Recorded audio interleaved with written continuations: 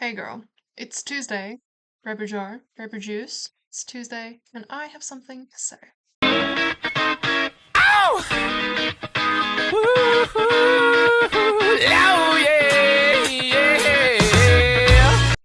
Today, I have my water bottle here. It's been insane this last few days, so please bear with me as we discuss today's topic called Charisma as Honesty. As we discuss today's topic. So, I've recently had the opportunity to travel to a family member's oh gosh, family member's wedding in a part of the country that is quite far away and often known as like a different country in our country. We all know like that one state that is just kind of different and it's just always been that way.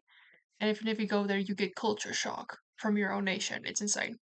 But anyway, but anyway, and when I went there, I was really struck by this person's ability, the person who was getting married, his ability to just blend in and talk to anyone in the room. Of course, this were mostly people he knew, but just the pure ease he did this with. It reminded me a lot of Dominic Fike. And if you don't know Dominic Fike, I'd highly recommend just watching one of his podcasts or an interview or something, particularly like the later stages, like the more recent years.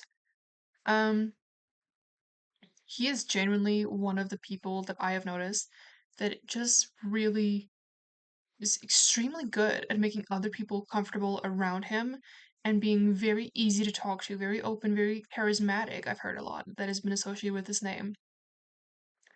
And one of the things that I really love about this, and just charisma overall, and how I've studied this over the years with trying to be charismatic and being more socially skilled, I guess you could say. One thing has always come down to a couple of things: vulnerability, honesty, and self security, I'm gonna call it.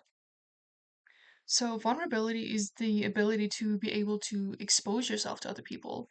So, Brene Brown has like I think essentially her whole career is based on vulnerability, which is so cool and so like interesting to read up about. It's very interesting, but we're going to discuss that later. But vulnerability is just having your own opinion and exposing yourself in such a way that you are open to judgment for it. Like you're okay with being judged for it or putting yourself out there in a way that some people might not agree with this and it's different than the social norm or whatever. It's different from them. And kind of selling yourself out a little bit, like, you know? But this has really good ability to create connection, I've noticed.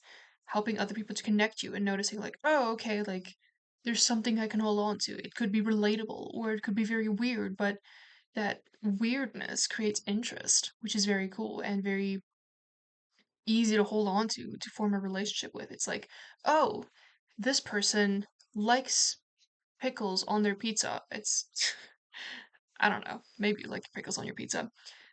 But and it's just kind of like a strange thing, like what? Why we don't even eat pineapple on pizza. Why would you put a pickle on pizza? But the ability to just say that and be like, yeah, I like pickles on pizza. Or a discussion we actually had at the event was our biggest fears when it came to sharing public spaces. And I shared my fear of public spaces is what scares me about using a public restroom is how little people wash their hands and how few like actually do it. And then you're like, my biggest fear is that one of these people are my friends, and I don't know that my friends don't wash their hands when they exit the restroom. And I often share my food and my drinks with my friends. So this really scares me because I'm a very hygienic and clean person. So this is like a big deal to me. Like it's such a like little fear that's always like kind of sitting on my shoulder, whispering in my ear, it's going crazy over here. It's like insane. But when I shared this, I was like a little bit like, oh, like this is kind of drastic. It could be some of them who don't wash their hands after they wash the restroom. They don't, maybe one of these people I'm talking to don't do that. And actually, a couple of the people in the group setting agreed with me. And boom, relationship, connection, depth, more ability to connect. It has a little bit of charisma just to have your own opinion and have something that is just a little bit vulnerable, just sharing something that means a lot to you. It helps create relatability. And that is really important to help someone kind of calm down and kind of lower their walls and make it easier to talk to, get to them on a more friendlier level, I kind of want to say. And then my favorite is honesty as charisma. And this is something I've seen so much. And one of my favorite things about it is that really encourages me and helped me to really be who I am and to be myself and not to, be all weird or different about it. Charisma as honesty is so interesting because you can tell people honestly how you feel about something or how you think about something. This goes hand in hand with vulnerability and self security. Just having that and sharing, for example, how you honestly felt about a concert or an experience and telling them, like, oh, I really enjoyed the show, but there was this person behind me who was constantly bumping into me and it made me feel really weird. Like, I didn't like that they were constantly bumping into me. And just being so honest about that, or being honest with your friend and saying, like, hey, I know we're friends and everything, and I love you as a friend, but I'm starting to feel like your cursing is excessive, or your weed use is worrying me. Something like that. Like honesty, again, it also goes with vulnerability and being self secure, which we're going to talk about in a second. But that honesty creates such a reliable feeling and such a trustworthy feeling in other people, I found. It's so honest and it's like you can really trust them and you believe them when they say something. In my mind, I always think about it as their words have weight, which is such a cool way it sits in my brain, is thinking about like, oh, this person, they really try and they like, if they say something, you can trust them and you know that that's their word and that's their opinion. And they're not just saying that to say that. They're saying that because they mean it. And just honestly telling people, like, hey, I know you're bad at texting, but when you don't text me back, it really makes me feel unimportant or like you don't want to be my friend. And I think that actually really helps. A lot of people are very unaware of how their behavior affects other people. And generally, I found that really good friends are people who are able to take this criticism and not be like weird about it or like rude about it or whatever. Or they're able to take this and like, oh, sorry, I didn't know about that. So let me get better at this. I want to be a better friend. And honestly, if your friends don't do that, reconsider. Reconsider. But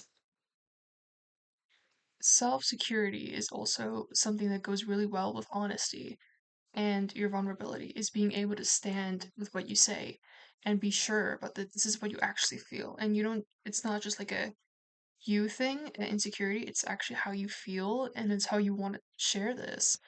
Honesty, also, one of my New Year's resolutions has been, oh goodness, to share more of my feelings with my friends and with people around me. I'm not very good at this. I have always just kind of like been used to putting up a facade and just like not telling people that their behavior bothers me or like affects me in a way. I kind of try to be as stoic as possible, but there are people in my life where I was like, hey, these are good people. These are your people. Tell them how you feel. Tell them how they can help you. Being a good villager and being part of a good community means also engaging with your community and telling them when you're not okay, telling them when you need a little extra support, or if something's been bothering you or something they're doing is like affecting you, share this with them. And also just how their behavior affects you, negative and positive. So this has really been a very weird experience for me is sharing these things with people and it's nerve-wracking. It scares me so much to be this honest and this vulnerable and exposed with people. But generally it makes for such a deeper relationship and it is so rewarding in most of the relationships. I've also recently learned that love doesn't exist without pain. Um, and loving someone means that you're also allowing yourself to get heartbroken by this person at some point in time. Love and hurt are like they're so together. It just goes together all the time. And this was a very difficult thing for me to understand because I grew up reading romance novels and like Wattpad and movies and all these things, and romance is so cute and like perfect, and oh, everything's just perfect and right, and there's no pain, and like they're together and then they're not, and this horrible thing happened, but they end up together again. And like, yeah, a lot of in romantasy, men are very much idolized and like the Fey men. You know, we all know what a shadow daddy looks like. But what I'm talking about is it's so unrealistic to think that love doesn't come with hurt or pain. And I feel like everyone just kind of remembers friendship as like this overall high or like this really good something. When as a matter of fact, it is good and it is high and it's like a nice, it's supposed to be mostly positive, but your friends are gonna let you down. You know, your friends is gonna say something that's gonna hurt you. Your friends are not gonna be there for you at some point when you needed them to be there for you. And this is really a difficult concept for me to accept. But again, just sharing this with people and being honest with them and saying, like, hey, I know you couldn't be there and I don't blame you, but it still hurt and it sucks. And I just think you should know that I really wish you were here, even though you couldn't do anything about it and I don't hold it against you. I just wanted to tell you, I wish you were here. You know? Just that honesty, that sufficiency, that vulnerability, the secureness in yourself to be able to share these emotions. It, it creates for so much deeper and more empathetic relationships and like a really good thing. I also feel like a lot of relationships miss out, and a lot of people miss out on the really, really good parts about relationship because they're not willing to reach this deeper level or they're work through these things to create that very, very deep, intimate space where your friends just know each other so well. A lot of it's to do with time. I feel like people give up on relationships way too soon and way too easily. And to me, there's so much value in effort. Like, if you try and you persist through this, there's so much beauty in this. So, that's how I see charisma. And I wanted to share it with you guys. Let me know in the pickle jar down below what you think about charisma. And have you noticed it as honesty? Where do you think you could be more honest? Or who was a charismatic person that you really admire and what you found out about them that was really standing out for you?